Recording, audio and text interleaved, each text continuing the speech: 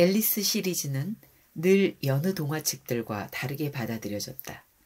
이 세계는 유토피아나 아르카디아 같은 신화적 장소들처럼 강력한 공명을 일으키는 곳이다.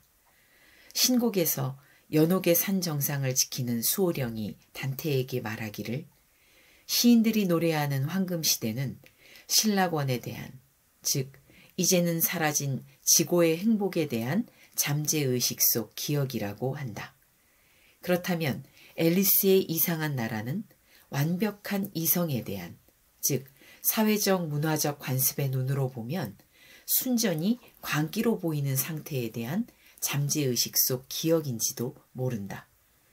앨리스를 따라 토끼굴로 내려가 붉은 여왕의 미로 같은 왕국을 누비고 더 나아가 거울 속까지 들어가다 보면 우리는 이 경험이 처음이 아니라는 것을 깨닫게 된다. 앨리스의 세계는 비록 어느 지도에도 나오지 않지만 우리의 꿈속 삶에서 반복적으로 등장하는 풍경이다. 그 이유는 물론 앨리스의 세계가 곧 우리 세계이기 때문이다. 추상적이거나 상징적인 의미에서 그렇다는 게 아니다. 주도면밀하게 구성된 풍자나 디스토피아적인 우화라는 뜻도 아니다. 이상한 나라는 그저 우리가 나날이 살아가는 천국 같고 지옥 같으면서 연옥 같은 일상이 펼쳐지는, 삶을 헤쳐가려다 보면 반드시 헤쳐나가야 하는 미친 세상, 바로 그곳이다. 앨리스가, 그리고 우리가 이곳을 여행하면서 쓸 수 있는 무기는 단 하나, 언어뿐이다. 채셔 고양이의 숲도 하트 여왕의 크로켓 경기장도 언어를 이용해 통과한다.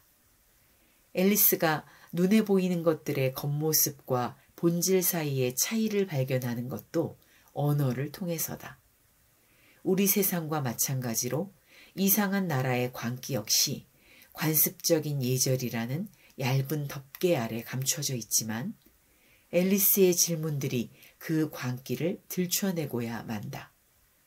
공작 부인이 만사에서 교훈을 찾으려 하듯 우리도 광기 안에서 터무니없는 논리나마 찾으려 노력할 수도 있겠지만 채셔 고양이가 앨리스에게 한 말 맞다나 사실 그 문제에서 우리에게는 선택권이 없다.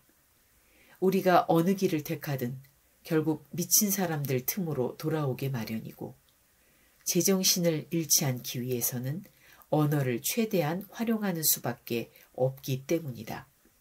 언어는 앨리스와 우리에게 이 혼란스러운 세상에서 유일하게 반박 불가능한 진리를 명백한 합리성의 관점에서 보면 우리는 모두 미쳤다는 진실을 깨우쳐준다.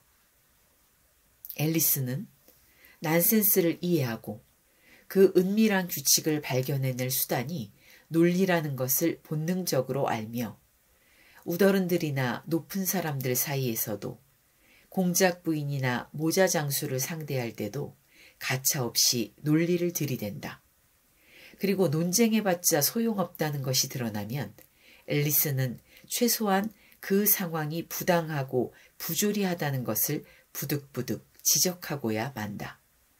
하트 여왕이 법정에서는 처형이 먼저고 평결은 나중이어야 한다고 주장하자 앨리스는 즉시 말도 안 돼, 헛소리야 라고 대꾸한다.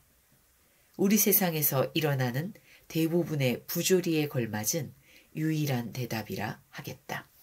안녕하세요, 채훈입니다. 오늘의 문장은 알베르토 망겔의 책 끝내주는 괴물들에서 가져왔습니다. 사랑스러운 책입니다. 빨간 모자, 잠자는 숲속의 공주 같은 동화 속 인물에서부터 욥, 요나 같은 성경 속 인물까지 37명의 괴물 아닌 괴물들에 대한 이야기이자 37권의 책과 그 책들 속에 담긴 우주, 그리고 그 책들이 불러내는 또 다른 책들에 대한 이야기들로 가득 차 있습니다. 스스로를 애서가라고 소개하는 알베르토 망겔은 16살에 부에노스아이레스의 한 서점에서 일하던 중에 보르헤스를 만나게 됩니다. 당시 시력을 잃어가던 이 보르헤스의 부탁으로 그 후 4년간 보르헤스에게 책을 읽어주는 아르바이트를 했다고 하죠. 어떤 선업을 얼마나 쌓아야 이런 행운을 누릴 수 있는 걸까요? 그때부터 알베르토의 인생의 전환이 시작된 셈이죠. 그래서 그 이후로 읽고 쓰는 삶을 계속 살아가게 됩니다. 이런 걸 운명이라고 하는 거겠죠. 이 책 속의 모든 괴물들이 기괴하고도 사랑스럽지만 오늘은 그 중에서도 앨리스에 관한 이야기를 읽고 싶었습니다. 알베르토 망게레의 말대로 앨리스의 여정에는 우리 삶 속에 상존하는 모든 주제들이 담겨 있다고 할 수 있습니다. 한마디로 압축을 하면 정상성을 가장한 광기의 세계? 그것이 앨리스가 경험한 세계라고 할 수 있을 것 같아요.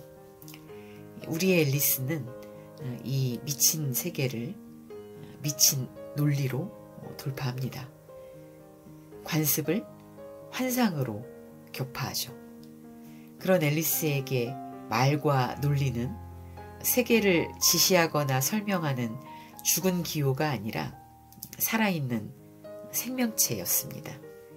그리고 삶을 돌파하는 무기이기도 했다는 것이 알베르토 망게레의 이야기입니다.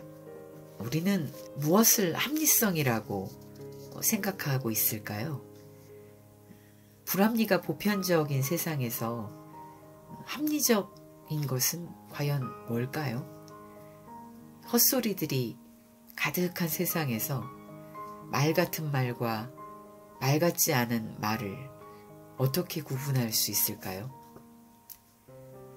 논리와 환상은 모순되는 걸까요? 환상적 논리는 불가능한 걸까요? 앨리스가 경험한 이런 이상한 나라에서는 뭐가 이성이고 뭐가 광기일까요? 앨리스가 미친 걸까요? 앨리스만 미치지 않은 걸까요? 이런 여러 가지 질문들을 던지게 되네요. 마지막으로 제가 던지는 질문. 지금 여러분의 언어는 죽은 기호인가요? 아니면 미친 세상을 헤쳐가는 용감한 전사 혹은 그런 전사의 무기인가요? 다음 시간에 또 다른 문장으로 오겠습니다.